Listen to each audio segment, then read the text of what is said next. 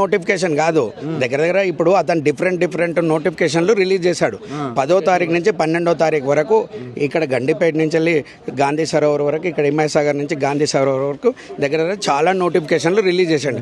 అవన్నీ fake news అయితే మరి నువ్వు ఇన్ని రోజులు సంది ఏం చేస్తున్నావు? 12వ తారీఖు వరకు రిలీజ్ అయిన ఫేక్ న్యూస్లు అయితే ఈరోజు నువ్వు ఫేక్ న్యూస్ అంటున్నా, నువ్వు ఎందుకు మరి అది ప్రూఫ్ చేసేసి అది డిలీట్ చేసుకుంటే అయిపోతుంది కదా.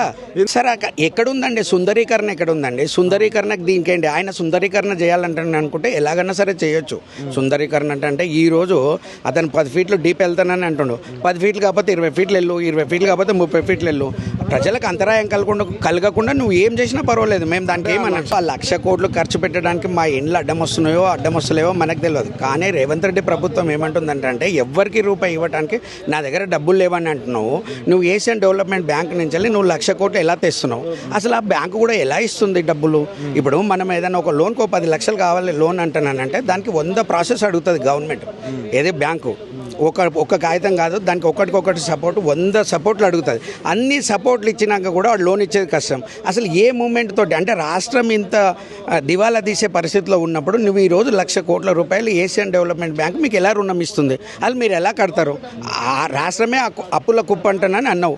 రేవంత్ రెడ్డి ప్రభుత్వం వచ్చిన తర్వాత రేవంత్ రెడ్డి గారు అన్నారు అప్పుల కుప్ప చేసి పెట్టారు, నేను లంక బిందెలు ఉన్నాయనుకొని వచ్చిన ఖాళీ బిందెలు ఉన్నాయి, నీకు మేము ఏమీ ఇవ్వలేము, ఏ సంక్షేమం కూడా మేము చేయలేమన్నాడు. మరి ఈరోజు నువ్వు ఇన్ని పైసలు ఖర్చు పెట్టి నువ్వు ఎలా చేయగలుగుతున్నావు? ఇంతమందిని ఇబ్బంది పెట్టి నువ్వు చేయడం వల్ల ఎవరికి ఉపయోగం ఉంది? ప్రజా ప్రయోజనార్థం అంటే ఎక్కడ కనిపిస్తుంది? ప్రజలకు ఉపయోగం ఎక్కడ కనిపిస్తుంది నువ్వు చేసే ప్రాజెక్టు? ఫస్ట్ ఆఫ్ ఆల్ అవన్నీ కూడా మాకు కూడా చూపిస్తే మాకు కూడా అర్థమవుతుంది కదా. ఓకే, మీరు చేసే ప్రాజెక్టు నిజాయితీగా ఉంది, అది నిజంగానే ప్రజలకు ఉపయోగపడుతుంది అని అంటే మేము కూడా ఒక అడుగు వెనక్కి తగ్గి ఆలోచన చేసేవాళ్ళం కదా. నిజంగానే అది ఉపయోగపడుతుంటే అట్లాంటిది ఏమీ చెప్పట్లేదు, ఎవరు కూడా ఏమీ చెప్పట్లేదు. అసలు